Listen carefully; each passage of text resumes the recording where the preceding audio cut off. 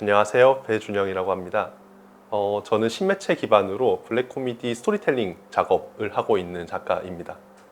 진리를 훔친 자는 VR에 기반을 해서 이제 만화 작업을 하고 있는 그런 작업이고요. 이제 작업을 처음에 기획할 때 되게 많이 고려를 했던 부분이었는데, 제가 이 진리를 훔친 자 작업을 할 때 약간 탐구를 하고 싶었던 부분은 VR에서는 다만 이렇게 그 몰입감을 높이는 작업 말고도 사실 인터랙션을 할 수 있다는 부분이 되게 크고, 그리고 이 작업을 감상하는 주체가 자기 몸을 이렇게 돌려가면서 어떤 그 작업과 상호작용을 할 수 있는 부분이 큰데, 저는 그게 이제 만화에서 이제 연출하는 방법, 이제 보통 만화 미학에서 다루는 부분인데, 그 연출하는 방법을 VR이라는 곳에 옮겨와서 어떤 감상의 포인트를 잡아낼 수 있을 것 같다고 생각했어요. 그러니까 어떤 부분이냐면은, 보통 이렇게 만화 같은 데서 이렇게 위압감 주는 캐릭터 같은 거 나오면은 이제 로우 앵글로 이렇게 좀 크게 아래에서 위로 보는 그런 구도를 만드는데, 이제 그 구도를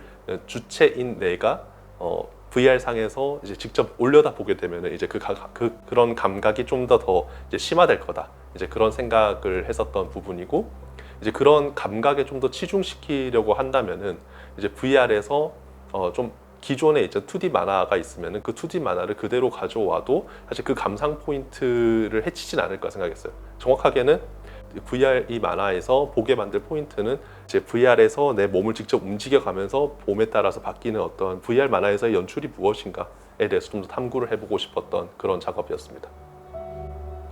제가 생각하는 스토리텔링은 일단 기본적으로는 어떤 한 장면을 이제 향해 가게 하기 위해서 나머지 이제 요소들을 어떻게 이렇게 좀 재밌게 배치할까, 이게 저는 좀 스토리텔링의 이게 기본적인 제 감각이고요.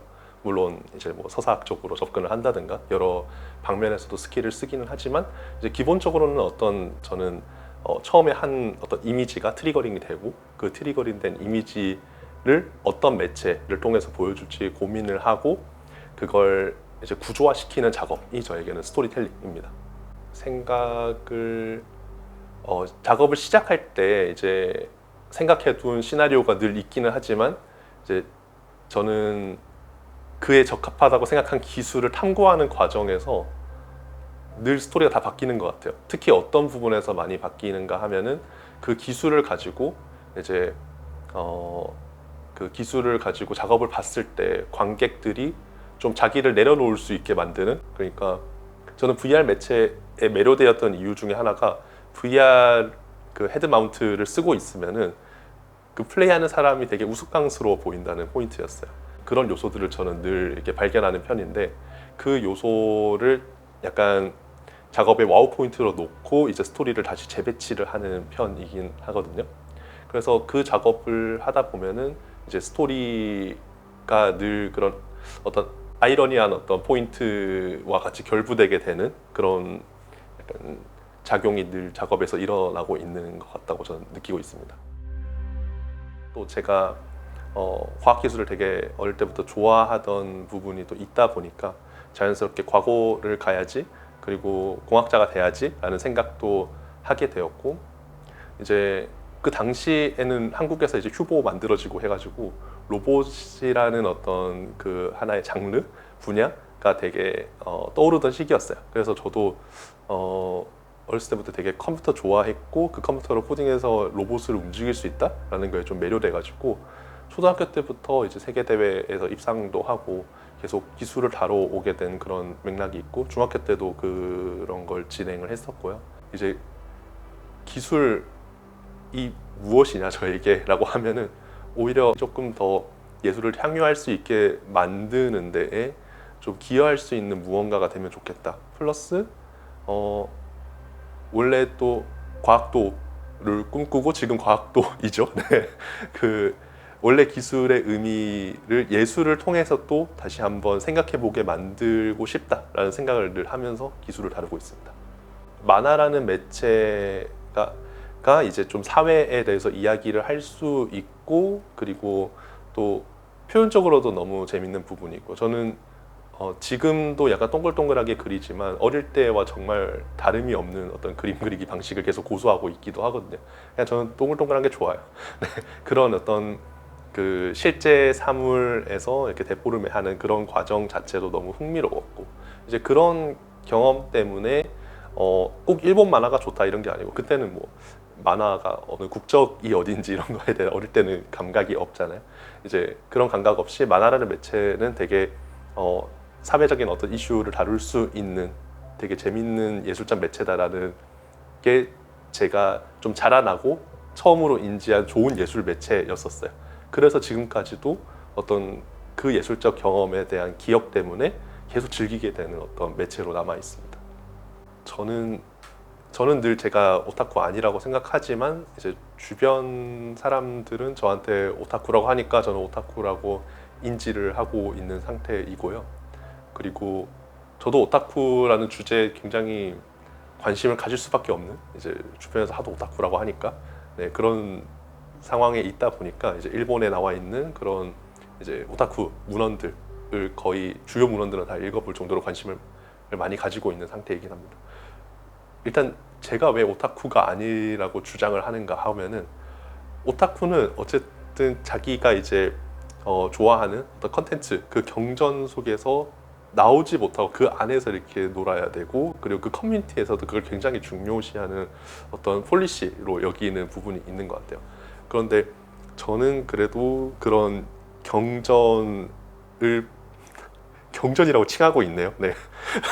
제가 좋아하는 컨텐츠에서 어떤 핵심적 요소가 있으면은 그걸 그 안에서 어떤 맥락 내에서 놀지는 않고 제가 직접 경험한 것들 혹은 다른 매체들이랑 이제 엮어서 새로운 걸 어떤 만들어내려고 시도를 하기 때문에 저는 오타쿠가 아니지 않을까라고 주장을 하지만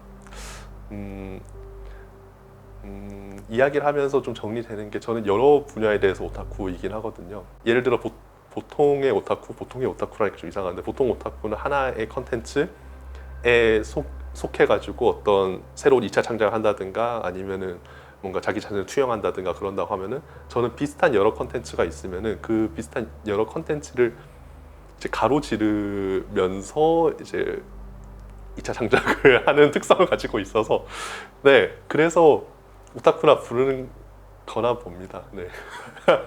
하지만 네 보통의 오타쿠 특성과는 조금은 다르지 않나라는 네 메타 오타쿠죠.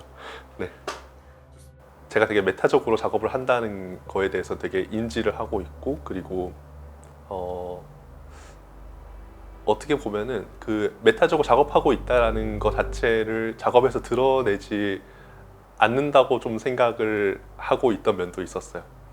좀 되게 다른 맥락이긴 한데 그 만화가 중에 김성모 작가님 만화가 있잖아요. 그 만화에서 보면은 되게 아주 많은 짤들을 만들어내셨는데 네. 더 이상 자세한 설명을 생략한다라든가 근데 김성모 작가님께서는 그 인터뷰하신 거 보면은 자기는 웃기려고 생각하고 넣은 장면이 아니라고 계속 말씀하시거든요.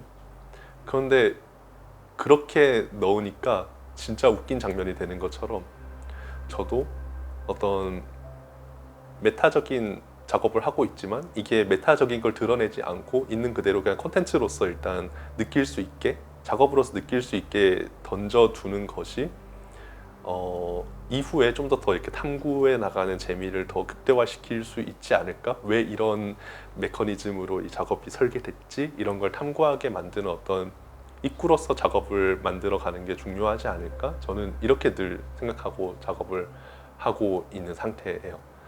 그리고 왜 메타적인가 라고 하면은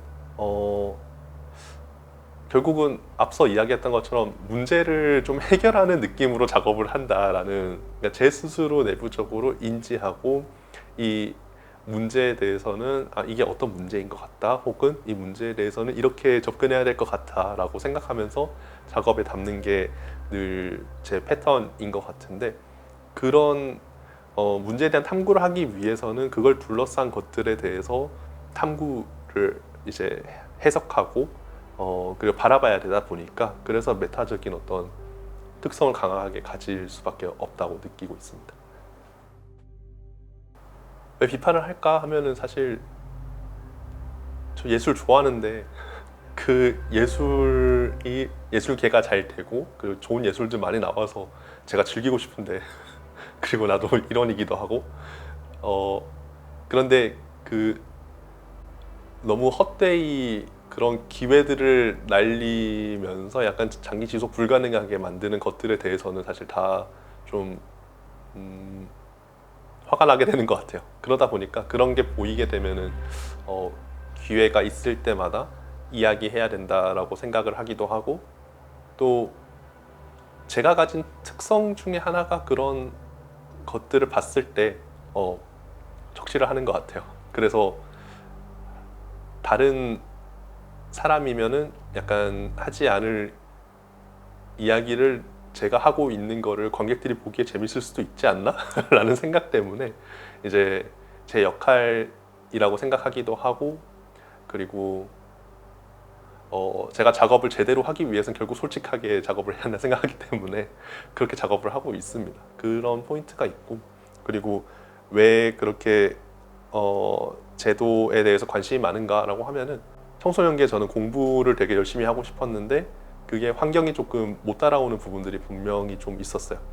그게 사실 공교육의 어떤 한계이기도 한데, 그 공교육에 종사하는 이제 선생님들이 약간 그런 좋은 환경을 만드는 어떤 자기 일에 대해서 좀 열심히 임하지 않았던 부분이 저에게는 좀 큰 문제의식으로 다가온 부분이 분명히 있었고, 물론 지금 이제 성인이 돼서 보니까 이게 단순히 그 선생님만의 문제가 아니고 이게 여러 사실 구조의 문제이구나라는 걸 당연히 인식하게 됨에 따라서 더욱더 좀 그 제도에 대해서 비판을 하게 되는 어떤 그런 포지션이 된 게 아닐까 이런 생각을 하고 있습니다.